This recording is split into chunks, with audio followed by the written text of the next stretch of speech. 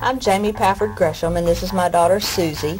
We're members of Garrett Memorial Baptist Church, and recently we have been tackling the book of Song of Solomon.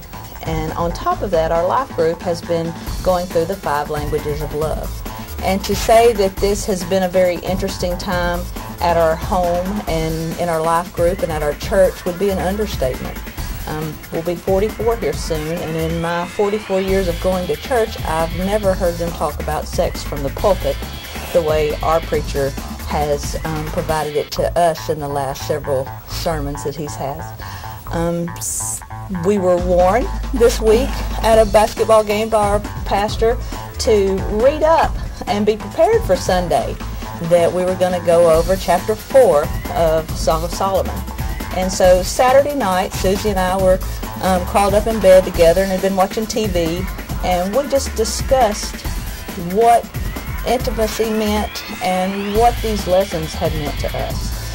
And we feel like we have had a better understanding of what God wants out of a relationship. And that's a difficult thing for us to do in this day and time with TV in your face, all about the different kinds of relationships people have and that are not ideal. And what is God's ideal of a godly relationship between a man and a woman? And we found it to be very interesting, and it allowed us to talk about it and not be uncomfortable.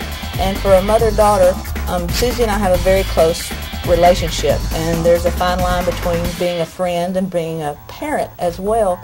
And this has allowed us a lot of good conversation that doesn't make either one of us feel uncomfortable. And it's been a blessing for us to have a pastor that has helped us lead into this, to understand what God wants out of us and our relationship.